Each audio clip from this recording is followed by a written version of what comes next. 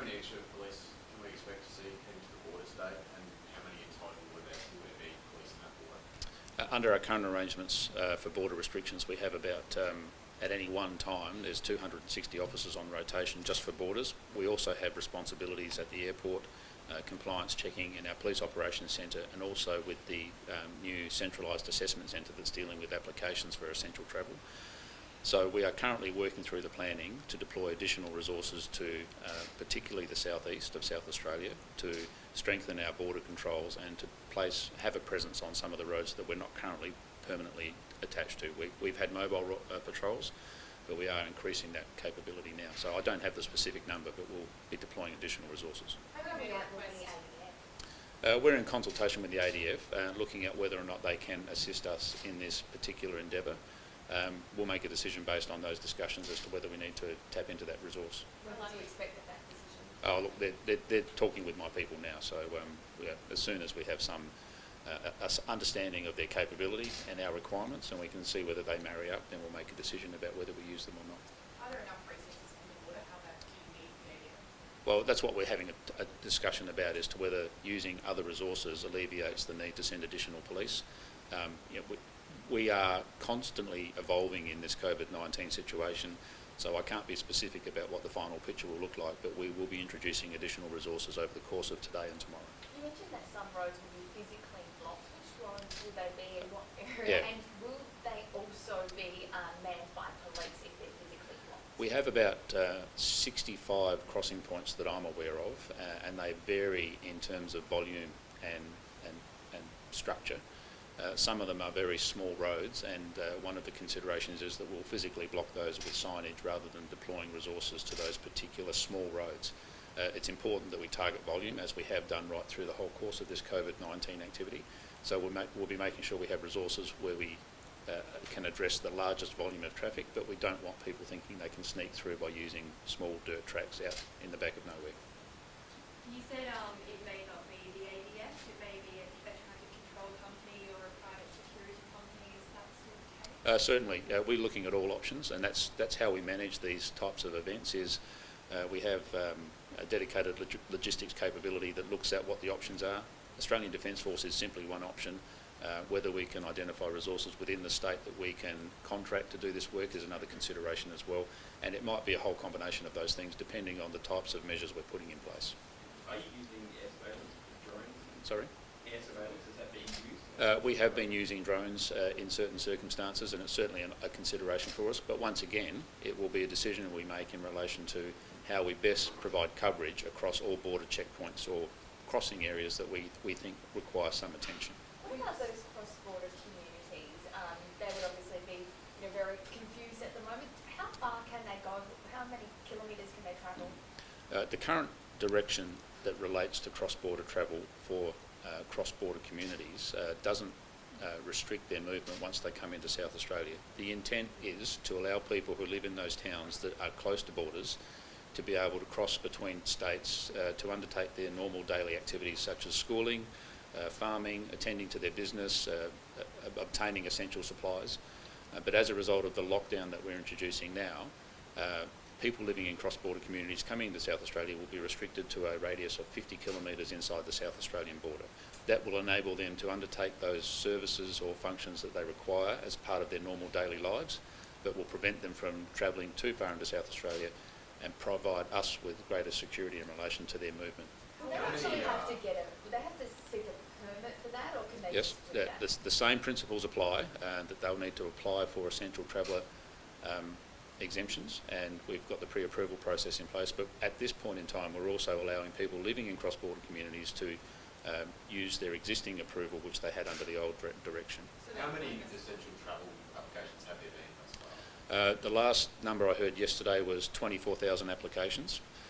We have a dedicated group of about 45 people, and we're bringing in additional people to help work through that backlog. We always anticipated a backlog when we introduced the pre-approval process, and we are working through that 16 hours a day, 7 days a week. So we will get there, but we're asking people to be patient with that as well. Anyone who needs to travel can attend at one of the checkpoints, and the police officers on the checkpoint will help them follow that process and get their approval if it's applicable. Has there been a rush, so to speak, in the last couple of days from Victoria? Not that I've been advised. What we have seen with the pre-approval process is people who are planning to travel to South Australia in advance are submitting their applications, and that's why we've got such a significant volume. I think the 24,000 that we're dealing with probably extends over the course of a month, people planning to travel in the next month or so. Would it be then that a lot of those 24,000 will no longer be allowed to come? It may well be the case on the basis that under the old arrangement, anybody seeking to visit South Australia from Victoria who was not an essential traveller would be allowed to quarantine for 14 days in South Australia. We are removing that option.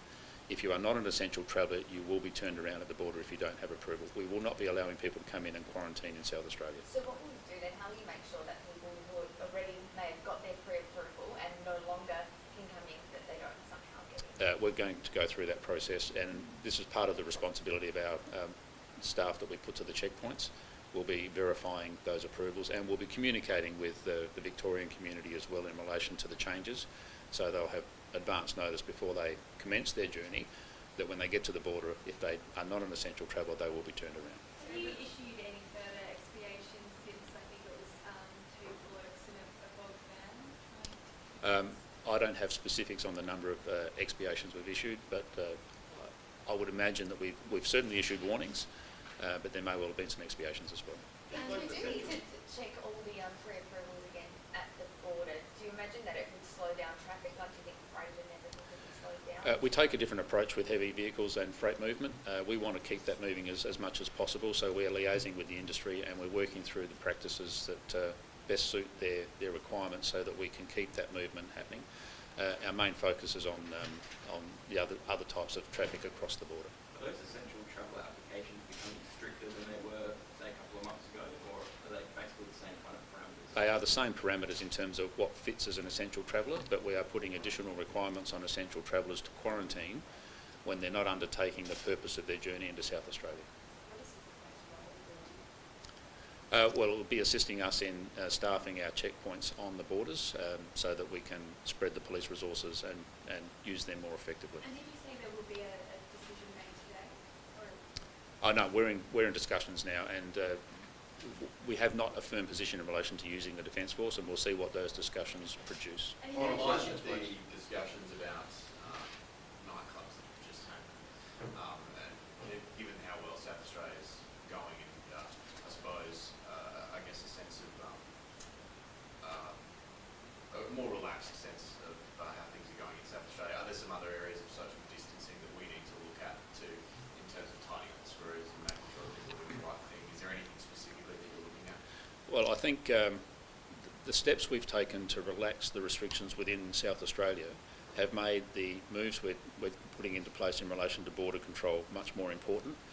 But as Professor Nicola Spurrier continuously reminds people, we must abide by the social distancing practices. COVID-19 will find its way into South Australia, and if we are not right on top of it, then it will spread like wildfire. We need to ensure that we are doing our part as members of the community to protect ourselves and each other. Sorry, just back to the borders, guys. How exactly will that 50-kilometre radius for police stop at a certain point? Well, we will produce maps that show where the 50k line is. People who have cross-border approval will obviously be required to comply with that. We won't have additional inside checkpoints on the 50k border, but anyone found breaching that 50-kilometre radius is exposing themselves to a $1,000 fine or further action if necessary. And you mentioned responsibilities at the airport. How many flights will we have coming in a week from Melbourne? We are looking at the issue of flights arriving from Melbourne and how we deal with that. At this point, we don't have any specific numbers. We are receiving several flights a day from around Australia, and we do have resources there to process those people. So we're still working on the issue of Victorian flights and whether or not flights from Victoria to any part of Australia will be suspended. Just And on is- another. what- Sorry, is anything changing in the role of police at the airport? No, the role we've been undertaking at this point in time is verifying people's claims in terms of essential traveller status or advising them their quarantine requirements and confirming their identification and recording their entry into South Australia. So that is continuing as normal. If Victorians aren't an essential traveller, will they be turned away at the Melbourne airport, or will they actually fly over and then be turned away here? I don't have the specifics on that, but they will not be coming into South Australia if they're not an essential traveller. Do Can you think tell us there about needs to another be- case of fruit contamination in Adelaide? Yes, this is something that's quite concerning for all South Australians, is this re-emergence of fruit contamination. It absolutely baffles me as to why anyone would think this is something that is in any remote sense worth doing. This causes significant concern within the community. It's a dangerous act. It can cause significant harm, and we are resolved to identify and deal with the people who are committing these types of offences. Do you think that there needs to be mandatory testing for anyone coming from Victoria? The testing regime in relation to COVID-19, as I'm advised by our health experts, is if you are not symptomatic, the testing does not produce a result that can be relied upon, and a negative result may actually create a false sense of security. So I'd take the advice from health on that, and we wouldn't be proposing to test everyone coming in. Unless they are symptomatic, then we'd recommend that they get tested. Just on another issue. Final question. No, final question. Just on another issue, bus drivers and the Bus Drivers Union have raised some concerns recently about an increase in attacks. Does that concern you, and what are police doing with regards to that? Well, assaults on any individual are a concern. We don't want to see anybody suffering harm in that regard. We have increased penalties through the element of aggravation for assaults on bus drivers, and I understand there is some work being done in terms of what can be done to protect bus drivers more. Harrison Keith, the man charged with the crash that killed Joanne Shanahan, and another woman is facing court today, and I realise that you can't say much because this is in front of the court, but how is the family continuing to be supported by SAPOL? Well, the Shanahan family are a part of the SAPOL family, so they have a lot of friends and people who care about them, who are still a part of their lives and doing as much as they can to support them. Thanks, Commissioner. Thank you. Thank you.